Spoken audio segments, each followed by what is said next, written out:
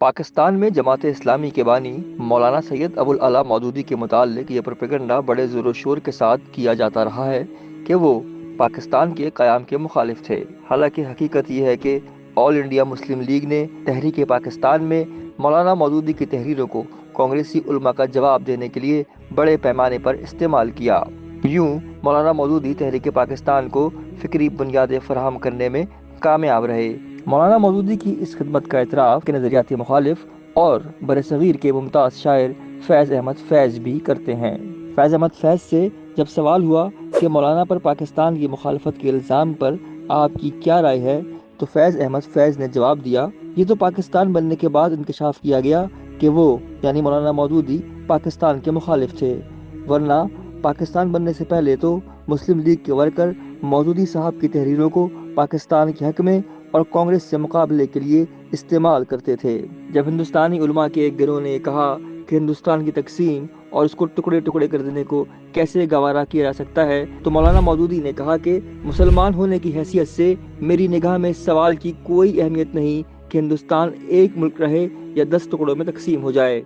تمام روئے زمین ایک ملک ہے، انسان نے اس کو ہزاروں حصوں میں تقسیم کر رکھا ہے۔ اب تک کی تقسیم اگر جائز تھی تو آئندہ مزید تقسیم ہو جائے تو کیا بگڑ جائے گا؟ اس بت کے ٹوٹنے پر تڑپے وہ جو اسے معبود سمجھتا ہو۔ مجھے تو اگر یہاں ایک مربع میل کا رقبہ بھی ایسا مل جائے جس میں انسان پر خدا کے سوا کسی کی حاکمیت نہ ہو تو میں اس کے ذرہ خاک کو تمام ہندوستان سے زیادہ قیمتی سمجھوں گا۔ اسی طرح یہ بات ریکارڈ پر موجود ہے، جب مولانا مودودی سے استصواب رائے کے تعلق سے سوال ہوا تو انہوں نے کہا کہ اگر وہ خود صوبہ خیبر پختونخوا کے رہنے والے ہوتے تو استصواب رائے میں ان کا ووٹ پاکستان کے حق میں پڑتا۔ در حقیقت مولانا مودودی پر تحریک پاکستان اور قیام پاکستان کی مخالفت کا الزام سیاسی بنیادوں پر لگایا گیا۔ مولانا مودودی پاکستان میں اسلامی نظام کا نفاذ چاہتے تھے۔ قیام پاکستان کے بعد جب اس مطالبے پر عمل کے لیے انہوں نے تحریک شروع کی تو اس وقت کی حکمراں جماعت مسلم لیگ نے مولانا مودودی کے خلاف یہ پروپیگنڈا کیا کہ وہ قیام پاکستان کے مخالف تھے۔